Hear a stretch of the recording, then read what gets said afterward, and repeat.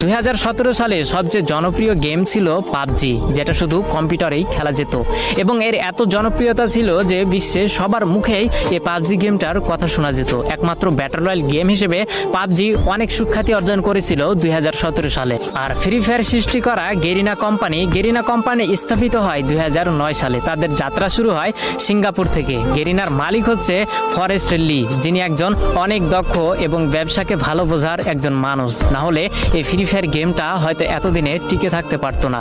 তো 2009 সাল থেকে গেরিনার যাত্রা শুরু হলেও তারা কোনোভাবে কোনো গেমে সাকসেস পেল না, সবকিছুতেই তারা ফেল হয়ে গেল। একের পর এক ভিডিও গেম রিলিজ করেও মানুষের মন জয় করতে পারছিল না। তো 2014, 15, 16 সালে গেরিনা বেশ কয়েকটি গেম মানুষের সামনে উপস্থাপন করে, কিন্তু এত পরিমাণ ভালোবাসা এবং এত পরিমাণ জনপ্রিয়তা পায়নি গেরিনা কোম্পানি ওই অন্য গেমগুলোতে। কিন্তু সবকিছুতেই একটা টার্নিং পয়েন্ট থাকে, যেটা 2017 সালে গেরিনা কোম্পানিকে তাদের মোড় ঘুরিয়ে দিয়েছিল। যেহেতু 2017 সালে শুধু পাবজি গেমটাই ব্যাটল রয়্যাল গেম ছিল এবং মানুষের মাঝে উৎপত্তি হয়েছিল একটা বিশেষ গেম হিসেবে, সেহেতু গেরিনা কোম্পানির মালিক ফরেস্ট লি ভাবলো কেননা মোবাইলের জন্য একটা ভালো গেম উপস্থাপন করা যাক বা মানুষের সামনে ছড়িয়ে ফেলা যাক, যার হাত ধরে কয়েকজন টিম নিয়ে এই গেমটাকে তৈরি করার কাজ শুরু করা হলো।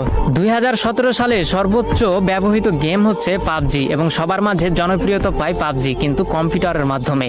ফোনের মাধ্যমে এই পাবজি গেম এতটা জনপ্রিয়তা পায়নি। সেই সুযোগটাকে কাজে লাগিয়েছে গেরিনার কোম্পানির মালিক ফরেস্ট লি তৎক্ষণাৎ ভেবে উঠলো যে মোবাইলের জন্য একটা গেম তৈরি করা যাক, যে গেমটি অনেক কম দামি ফোনেও যেন সাপোর্ট খায়। তো যার জন্য কয়েকটি টিম গঠন করে গেরিনার কোম্পানি ফরেস্ট লি কাজ করা শুরু করলো। 2017 সালের প্রথম দিকে এই ফ্রি ফায়ারটাকে তৈরি করা শুরু করলেও 23 আগস্ট 2017 সালে এই গেমটাকে পুরো বিশ্বে ছড়িয়ে দেয় গেরিনা কোম্পানির মালিক